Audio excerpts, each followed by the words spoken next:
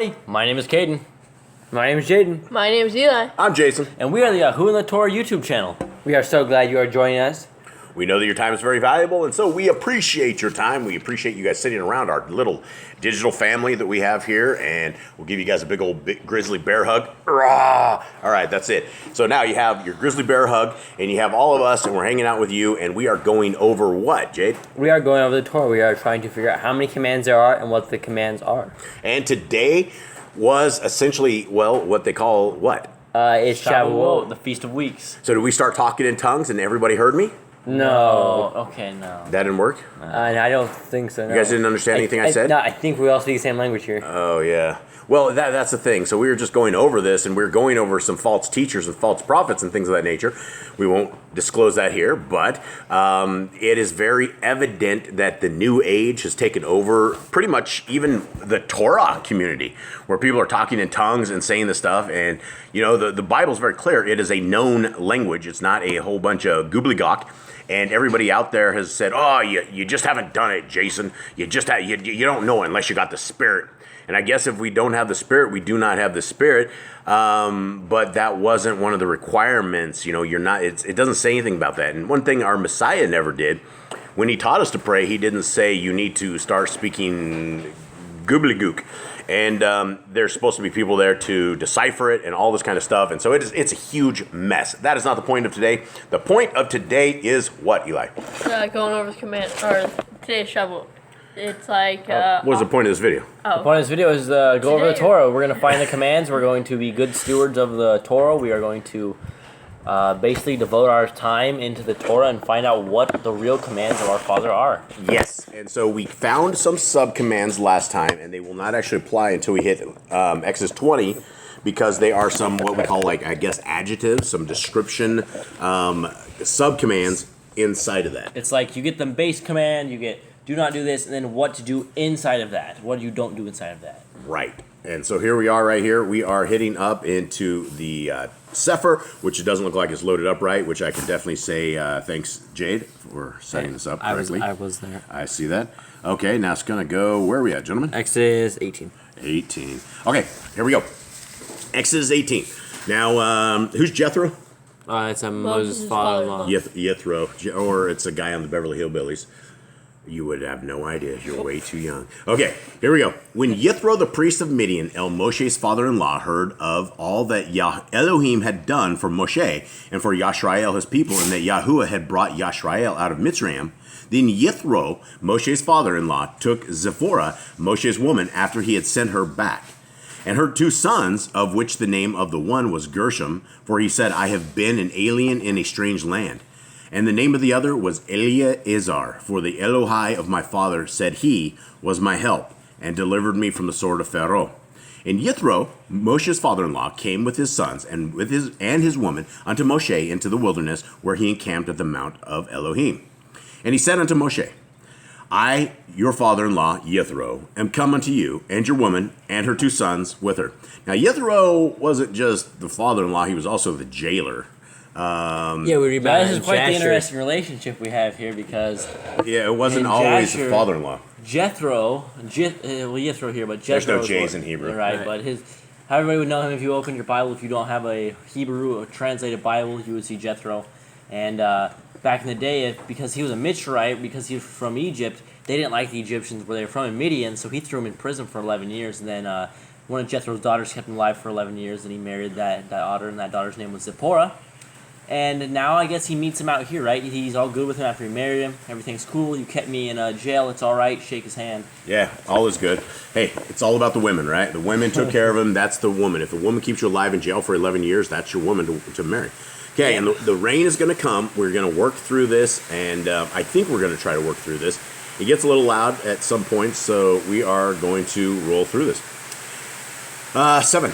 And Moshe went out to meet his father-in-law, and did obeisance and kissed him. And they asked each other of their welfare, and they came into the tent. And Moshe told his father-in-law all that Yahuwah had done unto Pharaoh, and to Mitzrayim for Yashrael's sake, and all the travail that had come upon them by the way, and how Yahuwah delivered them. And Yithro rejoiced for all the goodness which Yahuwah had done to Yashrael, whom he had delivered out of the hand of Mitzrayim. And Yithro said, Blessed be Yahuwah, who has delivered you out of the hand of Mitzrayim and out of the hand of Pharaoh, who has delivered the people from under the hand of the Mitzrayim. Now I know that Yahuwah is greater than all Elohim, for in the thing wherein they dealt proudly, he was above them. And Yithro, Moshe's father-in-law, took an ascending smoke offering and sacrifices for Elohim. And Aaron came, and all the elders of Yashrael, to eat bread with Moshe's father-in-law before Elohim. And it came to pass on the morrow that Moshe sat to judge the people. And the people stood by Moshe from the morning until the evening. And when Moshe's father-in-law saw all that he did to the people, he said, "What is this thing that you do to the people? Why sit you yourself alone, and all the people stand by you from morning until evening?" Unto evening. And Moshe said unto his father-in-law, "Because the people come unto me to inquire of Elohim. When they have a matter, they come unto me, and I judge between one and another, and I do make them know the statutes of Elohim and his Torah." And Moshe's father-in-law said unto him, "The thing that you do is not good. You will surely wear away, both you and this people that is with you, for this thing is too heavy for you, and you are not able to perform it yourself alone. Hearken now unto my voice. I will give you counsel, and Elohim shall be with you. Be for the people to Elohim ward, that you may bring the causes unto Elohim. And you shall teach them ordinances and Torah, and shall show them the way wherein they must walk, and the work that they must do.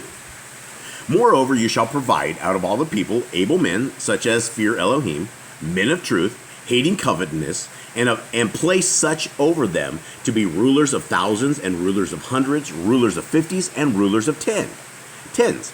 And let them judge the people at all seasons. And it shall be that every great matter they shall bring unto you, but every small matter they shall judge. So shall it be easier for yourself, and they shall bear the burden with you. If you shall do this thing, and Elohim commands you so, then you shall be able to endure, and all this people shall also go to their place in peace." So Moshe hearkened to the voice of his father-in-law, and did all he had said, all that he had said. And Moshe chose able men out of all Yashrael, and made them heads over the people, rulers of thousands, rulers of hundreds, rulers of fifties, and rulers of tens. And they judged the people at all seasons. The hard causes they brought unto Moshe, but every small matter they judged themselves. And Moshe let his father-in-law depart, and he went his way into his own land. All right, so here we are with the rain coming down, and we're all looking a little distraught here because I thought we caught this in the middle of a non-rain storm, but the rain is going to happen, but I don't think that is going to matter too much as long as you guys can deal with us, and we are super sorry about this. It's like this season we almost can't even do this because of the rain, and so we can't allow that to happen. All right, Exodus 19. In the 3rd month, when the children of Yashrael were gone forth out of the land of Mitzrayim, the same day came they into the wilderness of Sinai. For they were departed from Rephidim, and were to the desert of Sinai, and had pitched in the wilderness, and there Yashrael camped before the mount. And Moshe went up unto Elohim, and Yahuwah called unto him out of the mountain, saying, Thus shall you say to the house of Yaakov, and tell the children of Yashrael, Ye have seen what I did unto the Mitzrayim, and how I bore you on eagle's wings, and brought you unto myself. Now therefore, if ye will obey my voice indeed, and guard my covenant, then ye shall be a peculiar treasure unto me above all people, for all the earth is mine. All right. Any commandment there? I think it goes into the same one we did in the last video, which is guard my commands, and I will be your people. I would say that's a kind of a reference verse. Yeah, guard the covenant. So Eli, you need to get that in as a just yet more of the commandments there. Okay, so let's continue on. We got that one down. What is mine? 5? Is that where is that, Nicole? Okay.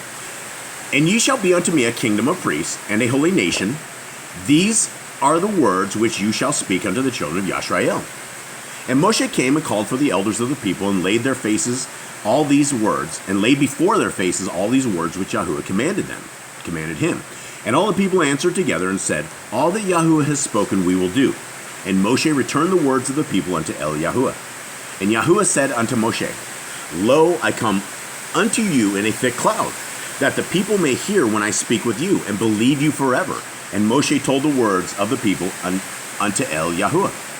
And Yahuwah said unto Moshe, Go unto the people and sanctify them today and tomorrow, and let them wash their clothes, and be ready against the 3rd day. For the 3rd day Yahuwah will come down in the sight of all the people upon Mount Sinai.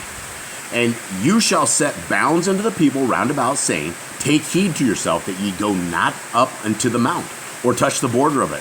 Whosoever touches the mount shall be surely put to death. Now there would be a command, but it wouldn't be to us because we're not around the mountain. Yeah. And We have to find this mountain. so here's a question to you guys, right? And we're talking to the mic when we talk about this. Would you guys be scared if the thundering and lightning and ram's horns came out? Would you be these people that were scared to death and handed back control to Moshe? I think we probably would have been scared because it's our first time ever hearing thunder and lightning and stuff like that. It wasn't the first time they ever heard thunder and lightning. I guarantee they had thunder and lightning before. But had they ever had thunder and lightning coming from the top of a mountain with a cloud over the top I of it? think I'd be more interested to hear what he has to say. And then, like, hey, I want to hear this too. I don't want you. One guy, I want everyone to hear this. Why would they all be fearful? They thought they were gonna die. Maybe they're afraid for their lives. Yeah. His power, like, it might have just overwhelmed them. Yeah, overwhelmed, says Nicole. You probably can't hear her. She's pretty quiet, but it's pretty loud here. Okay. Shall be put to death, right? Whoever touches a mount shall surely be put to death. Okay, 13. There shall not a hand touch it, but he shall surely be stoned or shot through. Whether it be beast or man, it shall not live. When the shofar sounds long, they shall come up to the mount. And Moshe went down from the mount unto the people and sanctified the people, and they washed their clothes. And he said unto the people, be ready against the third day. Come not at your women. And I don't even want to go into that, but I mean, basically it says be clean. You don't want to be, you got your clothes washed, and you need to be completely clean. Right. And it came to pass on the third day in the morning that there were thunders and lightnings and a thick cloud upon the mount, and the voice of the shofar exceeding loud, so that all the people that was in the camp trembled. So there you go. This is what you guys think that you would be able to make it through. And Moshe brought forth the people out of the camp to meet with Elohim. And they stood at neither part of the mount. And Mount Sinai was altogether on a smoke, because Yahuwah descended upon it in fire, and the smoke thereof ascended as the smoke of a furnace, and the whole mount quaked greatly. And when the voice of the shofar sounded long and waxed louder and louder, Moshe spoke, and Elohim answered him by a voice. And Yahuwah came down upon Mount Sinai, on top of the mount, and Yahuwah called Moshe up to the top of the mount. And Moshe went up. And Yahuwah said unto Moshe, go down, charge the people, lest they break through unto El Yahuwah to gaze, and many of them perish. And let the priests also, which come near to El Yahuwah, sanctify themselves, lest Yahuwah break forth upon them. And Moshe said unto El Yahuwah, the people cannot come up to Mount Sinai, for you charge us, saying, set bounds about the mount, and sanctify it. And Yahuwah said unto him, away, get you down, and you shall come up, you and Aaron with you. But let not the priests and the people break through to come up unto El Yahuwah, lest he break forth upon them. So Moshe went down unto the people and spoke unto them. All right, we will do one more chapter, because this is probably one of the most important chapters ever out there. There's a lot of commands in this one. There are a lot of commands. Eli, are you ready on this? Yep. Okay. And Elohim spoke at all these words, saying, I am Yahuwah Eloheka, which have brought you out of the land of Mitzrayim, out of the house of bondage. Commandment 1 of this section. You shall have no other Elohim before me. So Eli's going to get going on this, and this is one we will go over next time, because this looks like it's commandment 20. You shall not make unto you any graven image or any likeness of anything that is in the heavens above, or that is in the earth beneath, or that is in the water under the earth. You shall not bow down yourself to them, nor serve them, for I, Yahuwah Eloheka, am a jealous El, visiting the iniquity of the fathers upon the children unto the third and fourth generation of them that hate me. More commands. We are going to dial this all in and flesh this out as soon as we are done. Verse 6, and showing mercy unto thousands of them that love me and guard my commandments. You shall not take the name of Yahuwah Eloheka in vain, for Yahuwah will not hold him guiltless that takes his name in vain. Remember the day of the Shabbat, to keep it holy. 6 days shall you labor and do all your work. But the seventh day is the Shabbat of Yahuwah Eloheka. In it you shall not do any work, you, nor your son, nor your daughter, your manservant, nor your maidservant, nor your cattle, nor your stranger that is within your gates. For in 6 days Yahuwah made the heavens and the earth, the sea, and all that is in them, and rested the seventh day. Wherefore Yahuwah blessed the day of Shabbat and hallowed it. All right. Even though it's raining here, guys, let's have a quick discussion on this, right? We just went through a whole bunch of commands right here. Probably one of the most important ones is keeping a Shabbat. Does anyone agree with me? Yeah. I agree. Why do you agree with me? It's a rest day today, a recharge day. Yahuwah wants you to rest. He wants you to relax and have a stay with him. So I see it as one of the most important commands because if you are willing to take an entire day off and you are willing to keep it as our Creator has said, then the rest of the commandments aren't going to be a lot. Because the hardest thing for people to do is to take the day off, right? It is the day of shopping. It's the day that the Catholic Church has said basically it's not the Sabbath, and they change it. They change it around, I don't even know what time they change it. It's like, I think it was like 300. 325, they had the Creed of Nicaea, which and they did a whole bunch of other things. I think that. Yeah, they basically said Yah and Yahushua and the Holy Spirit were all one, which is, again, a pagan belief. They are all separated. Okay, so let's continue on here. Kate, what'd you have? I just want to say that also if you're not going on the Shabbat, right, you're worshiping on a Sunday, you're breaking the last commands he just said, which was do not worship any other god, right? Because he is not dwelling with the people on Sunday. He is not there in a church when you're sitting there praying to a guy named God, right? That's a pagan thing. You're worshiping the sun god on a Sunday, and you are breaking the previous commands where he says don't bow down to any other mighty one. And it also says right there in 11 that he blessed that day, right? There's no other day, right? You're not being blessed on a sun day, right? Worshiping Ra and everybody else. And it's also one of like his feasts that he says that you should celebrate. Like every Shabbat is a feast. Yes, absolutely. Okay, so the next big one that I think is very, very important, but only for my own personal reasons. Honor your father and mother, that your days may be long upon the land which Yahuwah Elohim gives you. Now, gentlemen, my youngsters, tell me why honoring your father and mother it would be a good idea. Well, he says he's going to extend your life. Why is that? Probably because you listen to them, you obey them. Like, they're like, hey, get out of the road, stop playing the road, and you don't play on the road, you're going to get hit by a car, right? What do your mother and father have that you guys don't? Experience. We talk about lots of our Proverbs, Youth for Yah stuff. Okay, yeah, and for those of you who have not seen Youth for Yah, it is every Thursday, 6 o'clock. Tune in. The kids are doing their own ministry, and we would love to have you there. There's also a Telegram group for support for the youth and for others, but it's mainly for the youth. So yeah, honor your father and mother, and that is a huge thing. It all comes down to living a long time. Okay, let's go to the next one. I guess it's important as well. You shall not kill. Well, any reason why we shouldn't kill? It's a life. It's a soul. It's a person. Does that mean animals?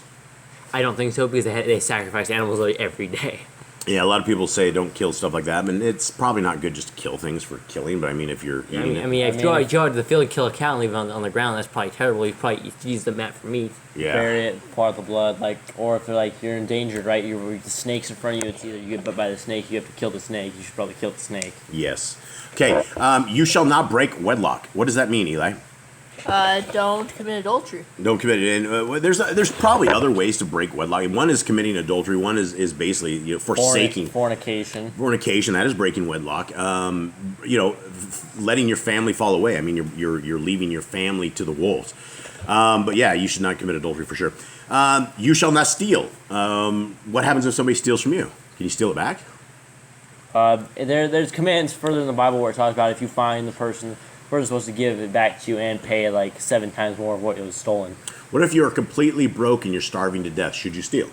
That's why. That's what Solomon said in a Proverbs. He's like, no one turns an eye towards the person who is starving and steals bread for his own starvation, right? It's not something you should do. You should actually ask before you steal when you're starving, but if you're starving to death, you really go to jail, right? You used to go to jail in the United States. Now I guess you can steal up to $1,500 worth, and so they have entire. What?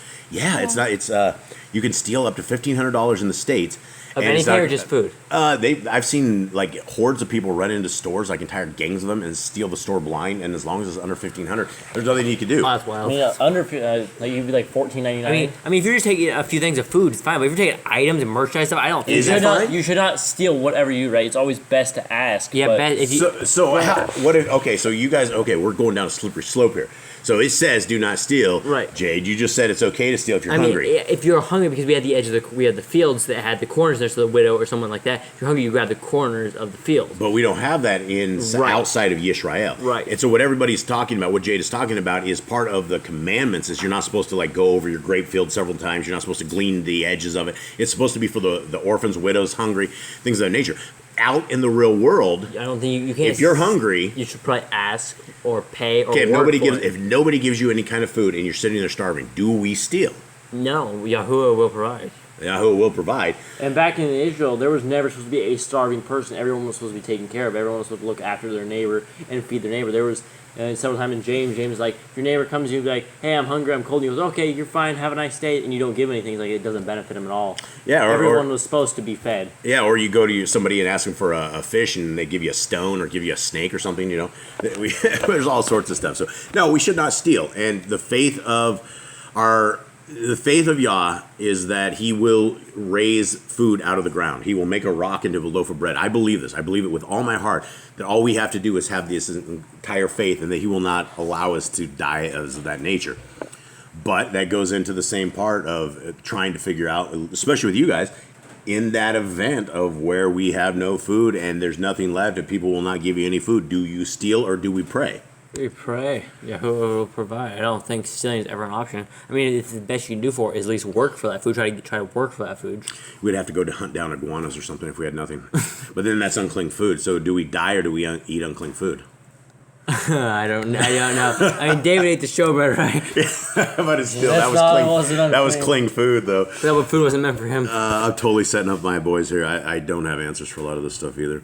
Okay, 16. You shall not bear false witness against your neighbor. What does that mean, gentlemen? Basically, don't say your neighbor did something, and your neighbor could be your brother, anyone close to you, someone you Who know. is your neighbor? Everyone is your neighbor. Everyone around you is your neighbor. What did Messiah say? Who is when people were coming for his mother? The people that were, he's like, who are my mother and my brothers? The people that are my family, the people doing my commands. The will of the Father, right? All right, so 17. You shall not lust after your neighbor's house. You shall not lust after your neighbor's woman, nor his manservant, nor his maidservant, nor his ox, nor his donkey, nor anything that is your neighbor's. Mine says do not covet. Okay, do not covet. Yeah, so do not covet, do not lust. It's kind of the same thing. You know, it's wanting what they have. Right. You have a cheap lawnmower, your neighbor has a super nice rideable lawnmower. It doesn't mean you should sit there and covet it, because coveting leads to possibly stealing it, doing crime to it. Speak to the microphone, son. Okay. I mean, we all need mics. We all need like mics being plugged in around the table. We're so broke. We have like this broken tablet. It's not even broken anymore, but it's not great. All right, so here we go.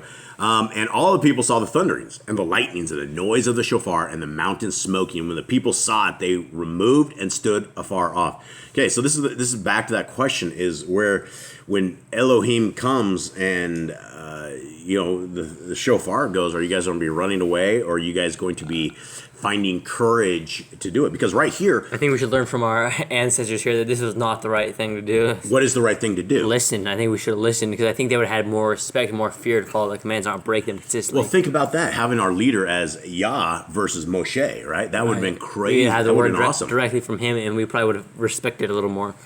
Maybe, but these guys. I mean, they literally end up like a chapter or two. They end up making idols. All right, I know. So, all right, so here we go. Verse 19. And they said unto Moshe, speak with us, and we will hear, but let not Elohim speak with us, lest we die. I mean, was lightning coming out and striking these people? What was going on? Why were they so afraid? Like, what was It was just loud sounds. Like, this guy had literally just shown them all these plagues, and they never once got touched, right? Like, there was literally death among the camps, and not a single Israelite got destroyed, yet they were still faithless to not listen up to y'all. They were just like, oh, we're going to die here. It was probably like a giant storm, like Yeah. smoke. But it's the same thing. I mean, until we hear something that shakes us visibly, like a boom, like I'm not even going to go into all the events in the States where all the people are unloading hundreds of weapons of rounds, supposedly, and nobody hears it. There's like balloons or something like that, right? It's something that scares the living heck out of people. So that's what you guys, when it happens next, when something like that happens, this is where you guys will test your faith. I mean, what happens when a fiery cloud comes down and it scares the heck out of you guys. Are you guys going to run for your lives? Or are you going to listen to Yah? Starts talking and says, I'm Yahuwah. We're probably like, okay, what do you have to say to me? Please, don't scare me. Yeah. Don't burn me. Yeah. A little more gentle, please. A little more gentle, Yah, please. We're very easily spooked We're humans. fragile people. Yes, you created us. You know our fears. You know everything about us. Maybe a little less. Don't scare us. And Moshe said unto the people, fear not, for Elohim is come to prove you, and that his fear may be before your faces, that ye sin not. And the people stood afar off, and Moshe drew near unto the thick of darkness where Elohim was. So right there, the verse before that, it basically says why Yah came down to scare everybody to death, literally. Are you faithless, or are you going to stand Yeah. strong? Are you going to, it says that ye sin not. I mean, okay, this guy came out, thunder, lightnings, clouds, fire, smoke. This is a scary time. And, you're just people, you have, even if you had a spear or something, you're going to be sitting there with your little spear looking up, and you're like, I think this is huge. I think we had a lot more commands in this chapter if they didn't freak out. I think he would have gone through like all of the commands. Like maybe I told them all the commands. yeah. Or maybe in parts or like days. Like one day I'll tell them all these commands so they can get process it all. I mean, imagine if they heard Yah, right? They sat there and listened to it all the way through, and then they went into Yasharel. They wouldn't have had a problem fighting off the giants, right? Because we see later on they get scared of the giants and they have to wander for 40 years. But yeah, I think if they were so scared of these commands, they wouldn't want to break them. They were so scared of hearing. Well, that's the way they were supposed to do. However, we know because we've read further on that's not what they I know do. they literally the commands they did here they literally broke like less than a few chapters. it could have been a timeline where Yasharel is actually perfect and where everyone's still living in the land. Yeah, not. Okay, and the people stood afar off, and Moshe drew near into the thick darkness where Elohim was. And Yahuwah said unto Moshe, thus you shall say unto the children of Yashrael, ye have seen that I have talked with you from heaven.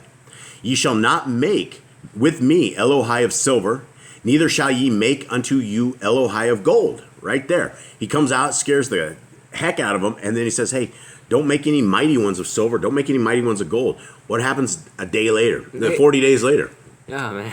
I think it was less than 40 days, right? Well, he was like in the middle of 40 days. He was right at 40 days. Right. Oh, yep. Okay, 24. An altar of earth you shall make unto me, and shall sacrifice thereon your ascending smoke offerings and your peace offerings, your sheep and your oxen, in all places where I record my name.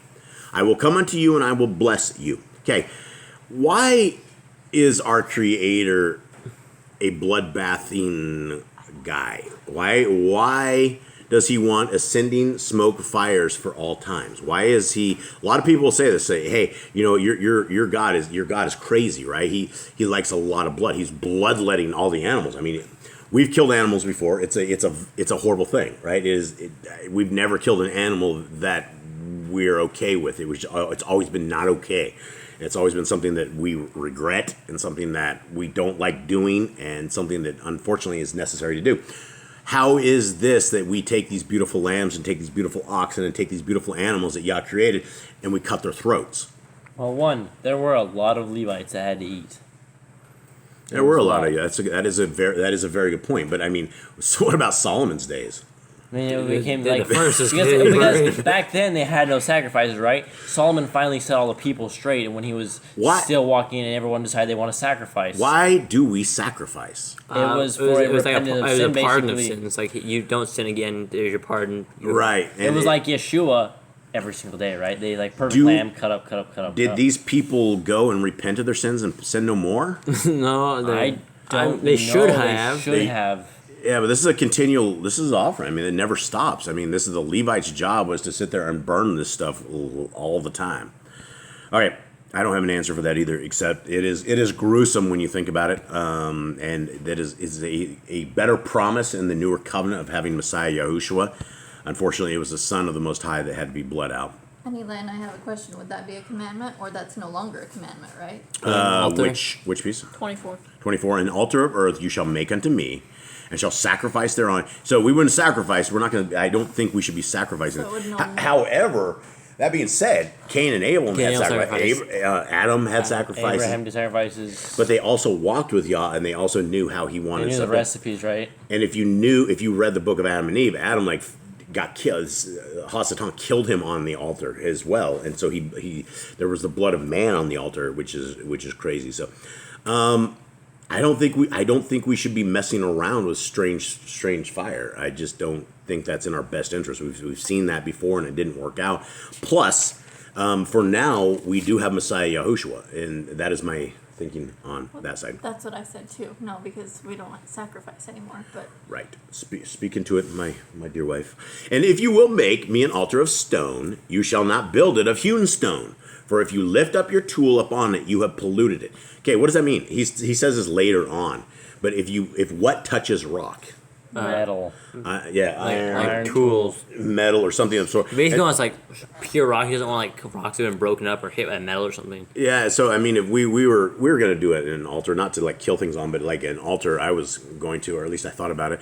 But it would have to be picked up stones. You would have to pick up all your stones by hand. You would never like if metal for whatever reason it pollutes it, and so yeah, you're not supposed to chisel it out. It's supposed to be Yah's stones. It needs to be a perfect stone, no cut up stone. Don't try to fit it. Just put it together. Yeah. All right, 26. Neither shall you go up by steps unto my altar, thus your nakedness be not discovered thereon. Okay, so us as a family, I think this is where we are, this is the end of that one. This is where we will end, and we will wrap this up for everybody out there. We will add this. It looks like we have a lot of work, just like we did on the other ones where we had the commandments that we had to put the sub-commandments in. And so we will get all of this fixed up. And so the next time that we all talk, which I hope is soon, but I don't know that because it is a rainy season here and we try very hard. And it's kind of frustrating here for us when we hear the rain pounding down. We don't know if you guys can hear us okay. And we're kind of having to yell and things. So these commandments are all going to be filled out. Everything from 20 to at least 27 or so. And we will flesh them out, and we have some commandments from the last chapters that we need to add in here, and we will put those under the Sabbath-keeping regiments and things of that nature. And I think that's it. I think that's everything for everybody. I know if I ask you guys if there's anything else, you'll tell me to read the Bibles. Jay, do you have anything else? Yeah, these are pretty simple commands to follow. Nothing was too hard for us to follow here. That's not what the Christians say, son. I know, that's why I said that. Okay, so have you guys, that is one thing, and I've heard that a zillion times. Oh, you break one, you break them all. That's true. That's right. That's what the Bible says. The Bible says. Repent. Well, that means we shouldn't keep any of them if we can't keep one. It doesn't mean that. I mean, try not to break them. Does that make any sense to anybody? It's like saying, well, I'm allergic to this food. I guess I'll stop eating all food. I'm not allergic to this food, I'll eat everything, right? Yeah. The other way around. Yeah, it doesn't work like that. And, just because, I guess people they don't want to make their creator happy, or they don't want brownie points, as they say. I would rather live in a righteous, holy manner and not have to live in the guilt-ridden that the second I die, I'm going to have to plead the blood. And when Matthew 7 says, Yahushua says, everyone's going to come to me in my name. They're going to be casting out demons in my name. They're going to be doing all this stuff in my name. And what's he going to say to them? I never knew you. Depart from me. He's gonna it's like Yahuwah's gonna hold a giant party, right, for all of his people, and he's looking on a list, and he's looking for your name. He's like, oh, awesome, there you are, high five, and you're always like, sorry, you're not allowed. You're gonna go kick rocks. You're gonna go to the sadness center with Hasatan, right? Well, not the sadness center. You're gonna get pelted with fire, and it's like the